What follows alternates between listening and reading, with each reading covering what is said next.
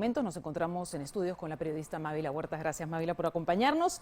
Parece que no pasa nada con el ministro Walter Ayala. El presidente le ha ratificado la confianza. Incluso el ministro ha dicho que el presidente lo ha acompañado mañana.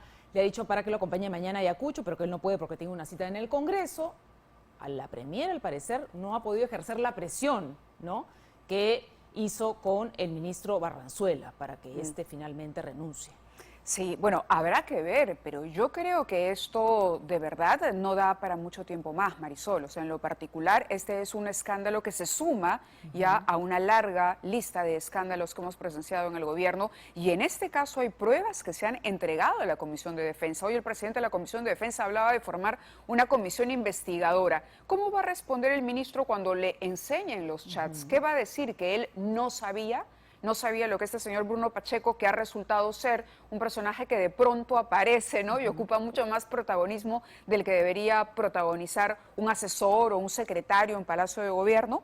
Hay que ver qué es lo que va a decir el Congreso, pero para mí la situación del ministro es insostenible, como ha ocurrido con otros, sobre todo porque compromete la palabra del presidente de la República. Precisamente tenemos un tuit, ¿no?, que ha publicado hace algunos momentos el presidente Pedro Castillo, si lo podemos por favor poner en pantalla, donde dice: en nombre de mi gobierno ratifico nuestro respeto irrestricto a la institucionalidad de las Fuerzas Armadas, que son garantes de la integridad territorial, el Estado de Derecho y el orden constitucional. Sigamos trabajando unidos por el bien del país. Eso hemos fortalecido hoy. De verdad que este tuit necesitamos un traductor, ¿no es cierto? Porque como ha dicho el comandante, el ex comandante general del Ejército, sí hubo una presión por parte del presidente Castillo para que se ascendiera a esos oficiales que no tenían la calificación ni el mérito para el puesto. Claro, y eso vulnerando la meritocracia que hay en los institutos armados para esto. Es absolutamente irregular.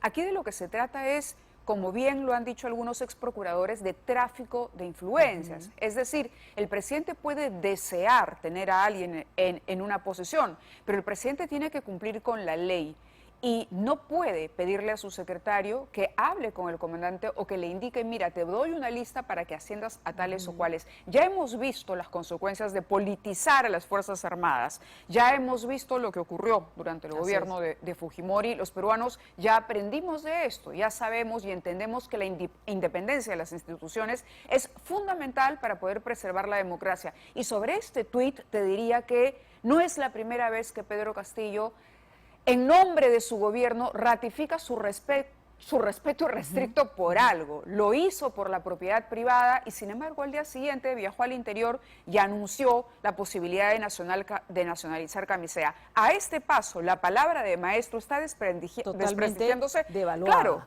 ¿no? totalmente y recordemos devaluada. ahora, vamos a recordar lo que dijo el presidente Castillo precisamente sobre las Fuerzas Armadas en su discurso del 28 de julio. Reforzaremos la institucionalidad de las Fuerzas Armadas teniendo presente la meritocracia antes que el amiguismo para los ascensos. La meritocracia antes que el amiguismo para los ascensos. Y lo que acaba de hacer es precisamente recomendar, ¿no?, a dos personas, hijo de un amigo chotano del presidente, para que los ascendieran. Claro, y luego lo que me parece más grave es el detalle cuando el secretario, de acuerdo al testimonio que han ofrecido los ex comandantes generales, habla de la lealtad. ¿Quién nos asegura? Pregunta Pacheco, me parece, en toda esta historia, pregunta uno de los ex comandantes generales, ¿quién nos asegura que esta persona que usted ha nombrado, que ha ascendido, será leal al gobierno? Hay un desconocimiento, además, de a quién debe lealtad, en primer lugar, un integrante de la Fuerza Armada, un general de brigada o un comandante de la Fuerza Aérea. Es un desconocimiento completo de cómo funciona el Estado y una falta de respeto, me parece, no solo a los institutos armados, sino a la legalidad y a la institucionalidad. Además, después de las denuncias, de estas graves denuncias hechas por los comandantes generales, los ex comandantes generales, pensábamos que hoy se iba a tomar una decisión también con ese señor Bruno Pacheco, ¿no?, que es el secretario del presidente Castillo. Bueno, hay una investigación, entiendo, que ha pedido el procurador también, Así es. ¿no es cierto? El procurador ya le pidió a la Fiscalía que investigue, pero tú te refieres, y en eso coincido con tu sensación, en que la decisión o la solución debía partir de las cabezas. ¿Será este un momento nuevamente de choque o de polémica, de discusión entre Mirta Vázquez, con Pedro Castillo, habrá Mirta Vázquez calculado que la cantidad de incendios que tenía que apagar cuando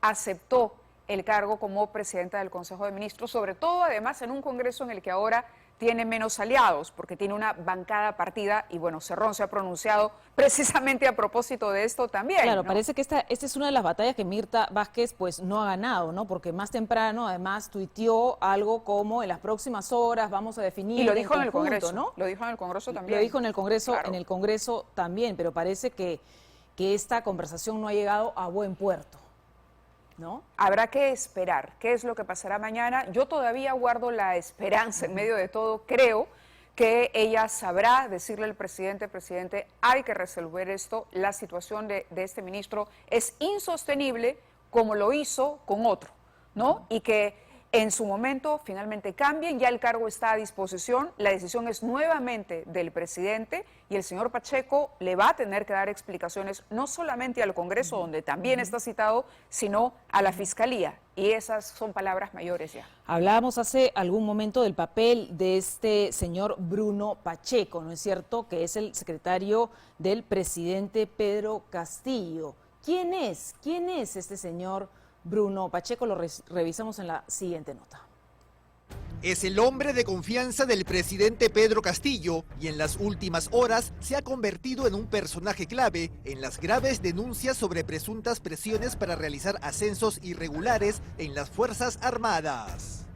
Bruno Pacheco, el secretario general del despacho presidencial, es más que un simple asistente del jefe de Estado, pues en la práctica es su mano derecha y todo lo que diga o sugiera tendría el poder y el peso del propio Pedro Castillo. El señor Pacheco es el Miriam Morales de Pedro Castillo. Es esa persona encargada de conversar con los ministros. Es el encargado de armar estrategias para tomar decisiones encargadas por el presidente. No es difícil notar la importancia que tiene Bruno Pacheco para el presidente Pedro Castillo. En cada evento de importancia al que el jefe de Estado asistió, siempre estuvo Pacheco acompañándolo y no como personaje secundario. Incluso hasta ha recibido los honores del presidente de la República en actividades oficiales. Para el excongresista César Combina, la cercanía e influencia de Bruno Pacheco es tan grande como en el caso de Miriam Morales y Martín Vizcarra. Lo más importante del símil entre Miriam Morales y Bruno Pacheco es que ninguno de los dos actuaba por cuenta propia. Es decir, recibían órdenes del presidente. No es que Bruno Pacheco haya tomado todas estas decisiones vinculadas a distintos espacios gubernamentales, entre ellos las Fuerzas Armadas, por voluntad propia, sino que recibía órdenes directas del presidente de la República. Pero, ¿cómo nace este vínculo tan estrecho entre Pacheco y Castillo? Todo surge en el ámbito magisterial. Pacheco es licenciado en Educación Secundaria por la Universidad Nacional Federico Villarreal y tiene una maestría en Administración Educativa por la Universidad César Vallejo. Además de la docencia escolar, ha trabajado dictando clases en la Escuela Militar de Chorrillos y también en la Universidad Privada San Juan Bautista. Se trata de un personaje de la capital ajeno al partido Perú Libre. De hecho, el secretario del despacho presidencial es militante del partido Somos Perú desde el año 2009. Pero es en el año 2017, durante la huelga de maestros encabezada por Pedro Castillo, donde su relación se consolida. Es el operador político y económico de Pedro Castillo. Pedro Castillo tiene un grupo de paisanos con los cuales está trabajando dentro del Poder Ejecutivo y este profesor limeño, rimense, no responde al grupo de los chotanos, sino que más bien responde a una cercanía y un compromiso personal con Pedro Castillo. Por tanto, cualquier cosa que haga Bruno Pacheco, al único que involucra directamente y bajo responsabilidad es a Pedro Castillo. El exministro del Interior, José Eliche, quien también ha sido secretario general del despacho presidencial, comentó las funciones de dicho cargo. No tiene propiamente mando sobre el despacho presidencial, sino que recibe pleno apoyo de este órgano.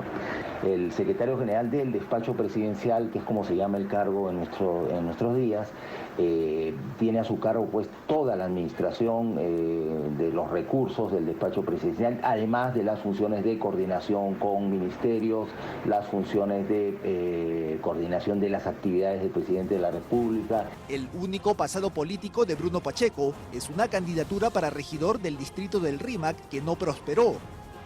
Cabe recordar que antes de ser parte del Ejecutivo, Pacheco integró el equipo de transferencia del Ministerio de Educación. Bruno Pacheco es el Miriam Morales de Pedro Castillo. Y ya sabemos a dónde llevó Miriam Morales al entonces presidente Vizcarra. Claro, lamentablemente este hábito o este comportamiento reiterado de los presidentes de la República de contar con una persona cercana, darle un cargo en Palacio de Gobierno, pero designarle o encargarle la misión del trabajo sucio, ¿no? Una persona que a todas luces, porque también se ha revelado, es información de público conocimiento, que Bruno Pacheco no tiene tampoco, como ha ocurrido con otras designaciones de este gobierno, no tiene las credenciales para ocupar el cargo que ocupa. Él es, no estoy segura si secretario de la Presidencia o secretario de Palacio, pero definitivamente para ello hay un nombramiento. Entiendo que gana un sueldo que no es poco del Estado, pero es una persona que hace el trabajo sucio del presidente, el encarguito, ¿no? Y mencionábamos ahora la presentación de los comandantes generales, incluso uno señala que le alcanzó un post-it con un mensajito. Bueno, toda esa evidencia, Marisol, va a ser motivo de investigaciones, no solamente en el Congreso, la prensa, por supuesto, está recogiendo la información. Y hay una moción de interpelación, ¿no? Hay una moción de interpelación para el ministro que, de hecho, yo me imagino, obtuvo más firmas cuando el ministro salió de Palacio de Gobierno muy orondo a decir que una vez más se ha demostrado que aquí hay una campaña contra el gobierno, ¿no? Lo que el presidente parece no entender es que ese discurso de candidato ya se agotó, que acá no hay una conspiración contra él, que lo que cada día nos está demostrando lamentablemente es que no da la talla para ser presidente de la República. Ahora, ¿cuál es el papel del Congreso? ¿No es cierto? Porque el Congreso durante las últimas semanas pues le ha achacado al presidente todos estos nombramientos de estos ministros cuestionados, ¿no? Pero ellos también tienen las herramientas para poder a esos ministros, por ejemplo, el ministro de Transportes, Juan Silva, que está negociando con todas las mafias del transporte informal y que quiere hacernos retroceder a 15 o 20 años lo que vivíamos en el transporte informal en nuestro país, también tiene las herramientas para poder también interpelar y censurar, ¿no es cierto?, si el presidente los quiere mantener. Sí, yo creo que el Congreso está esperando, hay como contextos sobrepuestos para el Congreso, son ¿no? Crisis tras crisis, sí, ¿no? sí, crisis tras crisis, pero no quieren quedar como un Congreso obstruccionista, no hay una oposición totalmente unida y organizada, ¿no? Eso es peligroso en determinado momento, y lo otro es que tenemos un proceso electoral muy cerca. Entonces, evidentemente los partidos, por una o por otra razón, están midiéndose todavía con el Ejecutivo. Yo no siento que haya una oposición junta o coherente, ¿no? Hemos visto cohesionada, ¿no? Claro, cohesionada, pero sobre todo organizada, donde haya un liderazgo. La presidenta del Congreso debería ser esa líder, pero vamos a ver cómo va construyendo esa imagen en contraposición al poder del Ejecutivo. Pero tienes toda la razón, es decir, no podemos únicamente mirar al Ejecutivo, sino mirar a los representantes de los ciudadanos que están sentados en estas curules y que tienen una responsabilidad. Hoy alguien dijo, esto da para la vacancia, ¿no? Esto supone ya una incapacidad moral. Y es terrible en realidad para nuestro país escuchar esas voces, Mávila, porque hace tan solo un año. Claro, el 9 de noviembre de no 2020 es lo que se le quisiéramos vacaba al presidente Vizcarra, ¿no? Por supuesto, no es lo que uno quiere. Pero el control político está y tiene que ser bien manejado, como tú acabas de decir. No estamos hablando de vacar al presidente, estamos pidiendo explicaciones. Y aquí ya como periodistas quizá compartamos la sensación esta de un presidente mudo frente a la posibilidad de conversar como tú y yo estamos conversando y hacernos preguntas que tenemos que responder solamente en base a hipótesis o a conjuros que nos hacemos a partir de los hechos y de la poca información que manejamos. Bueno, ahora felizmente que Mirta Vázquez es un poco quien responde esas preguntas de la prensa abiertamente, recibe preguntas de la prensa también, pero el presidente Castillo, eso nos ha demostrado desde el día que juró al cargo. Crisis tras crisis, el presidente se maneja vía Twitter y pueden pasar horas por ejemplo, desde ayer con Ayala hasta ahora en la noche, que ha tuiteado algo el presidente. Claro, mucho tiempo, ¿no Sí. es cierto? Cuando se espera de él una mano firme, segura en su toma de decisiones, si hay algo chueco, pues su bandera ha sido esa, la lucha contra la corrupción, su bandera ha sido estar del lado del ciudadano, no permitir argollas, no permitir amiguismos, respetar la institucionalidad y la meritocracia.